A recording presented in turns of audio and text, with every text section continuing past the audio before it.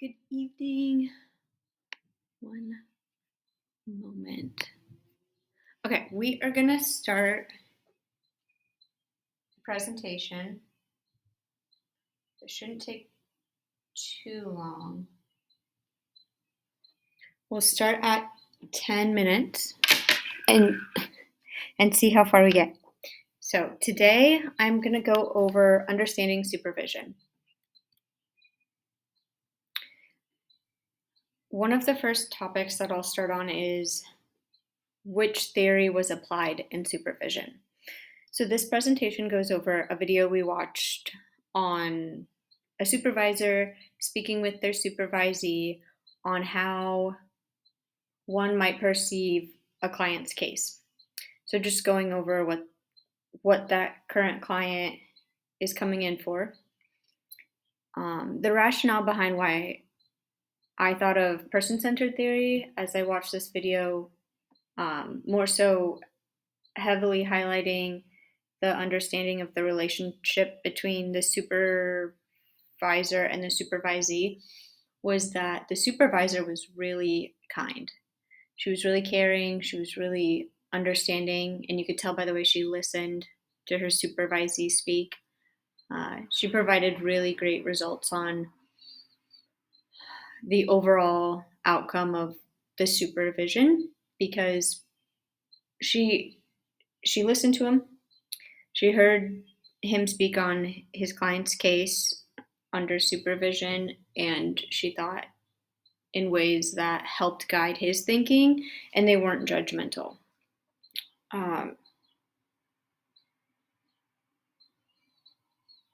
So that's that side. Supervision details. The way that the supervisor structured their practice in going over, say, all the different avenues of how that session could have gone versus how it went was really impactful because they met one-on-one. They met in a secluded, quiet room. They met briefly. It doesn't typically take too long to go over just one case.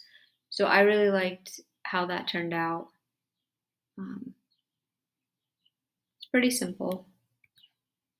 The strengths, you could really see the strengths of that supervisor. She was really kind. She was really friendly. She understood him.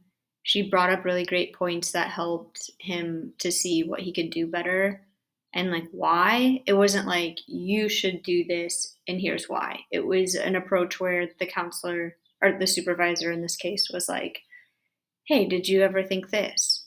And the supervisee responded in a way that was like, oh, you know what? I never thought of that. Yes, maybe I didn't consider that some of my own perspectives hindered how the conversation went. Simple things like that. It's more of an approach where the listening is done in such a way that the way that they respond is more of a questioning based on how that supervisor cares. They aren't it isn't cut and dry, this is what you're supposed to do. This isn't cognitive behavioral supervision where it's really structured. It's not anything like you would expect. It's really getting to the heart of the supervisee because the supervisor, you can tell, truly cares how much they improve. And it's a really great technique. So one way that I might have done it differently in hindsight is I might have sought out some congruence. So she did a really great job on the person-centered aspect of supervision by helping understand the case with unconditional positive regard. And the congruence wasn't really there, but the empathy was. She had points where she understood his case and could relate to it, but there wasn't really that level of like, okay, here's what I saw in your case, here's the pros and cons. Now, that same hierarchy of power difference you want to touch on in person center, right? Okay, so you did really great on addressing their needs. You could improve on seeing eye to eye with some of those different perspectives, right? But she didn't stop to assess the good and bad between their one-on-one meeting, right? So in a supervision session, you want to say within the person-centered approach, you want to think, how could I have better helped you in understanding how to meet the needs of your client? So just that small thing is really helpful to understand. That's okay. So were there any ethical issues? There was one that stood out to me. Uh,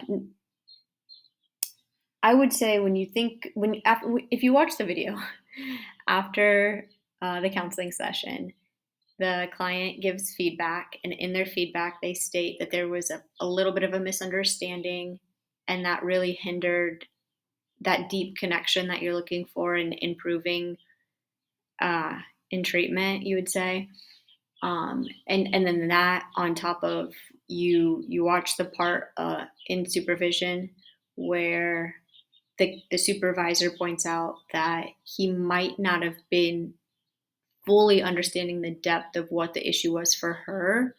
And I think a lot of that was his personal beliefs.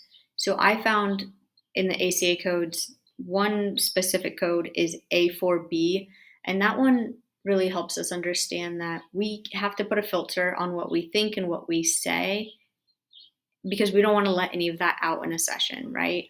We don't want to sit there and think, well, I might have done that differently if it were my kid. No, that's not what we say. That's not how we approach it. What we want to do is we want to start to understand how maybe there's a more external perspective we can apply for that specific client. So in that situation, maybe more questions, more comments, right? I don't know if it was the first session or how many sessions in that they were, but there's some different ways to help unravel what that deep issue might have been for this specific client. Um, so that's just one thing that seemed to be like the most prominent point in the session.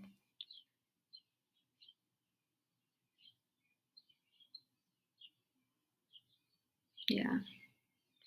Yep. Just that one little thing kind of was like suffocating the growth of that session. So I would say finding a way to speak from not necessarily a textbook, but a more one-on-one perspective.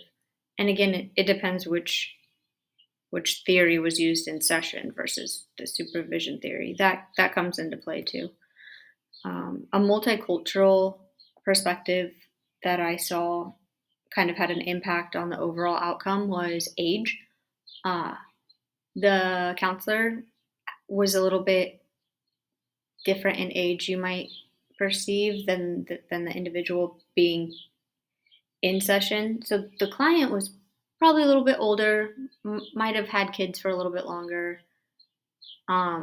That or it could just be, gosh, going further than that, it might have been the parents' ages and generations and cultures and like the way they were raised might have had a significant impact on the way that the counselor was counseling the client because it seemed like the biggest topic was that the client was really concerned with their child and whether or not their child should go to camp.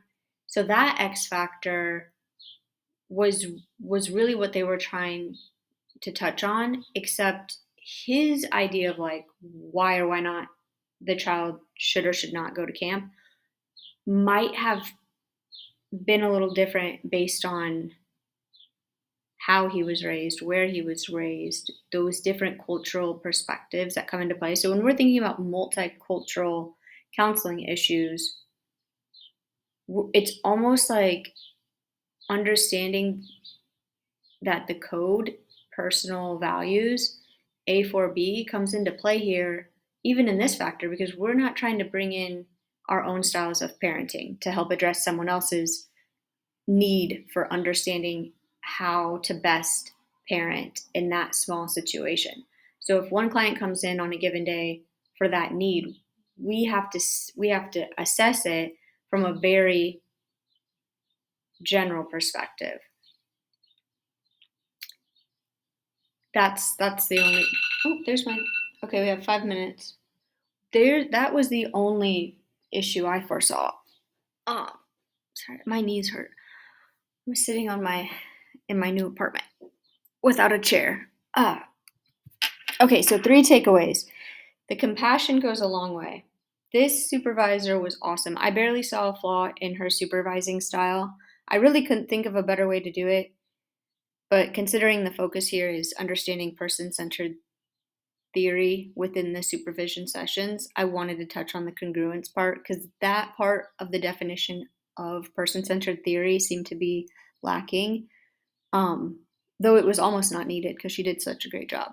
But I mean, like, if you really want to stick to the textbook, it doesn't hurt to be like, what could have I done better as your supervisor? That always helps. The congruence is just a great characteristic to have. Again, that goes into the request for feedback and then making sure we remember to learn from the mistake of not letting our personal values spill out in session, right? We want to keep our own beliefs out of it because they're not coming to us necessarily for that, but more so for the idea of how to best assess a situation that is on their heart in a way that would help impact them and their lives and the lives that connect to theirs as well. So I think those are my 3 takeaways: compassion, like being authentic, looking for feedback, and just remembering what to learn from, good and bad. To sum it up, okay, I know presentations are really fun, but we'll end with our references, our beautiful textbook, and the glorious ACA codes that keep us out of trouble. Alrighty, I will attach this video. I hope you're having a great summer and stay positive. All right, have a good one.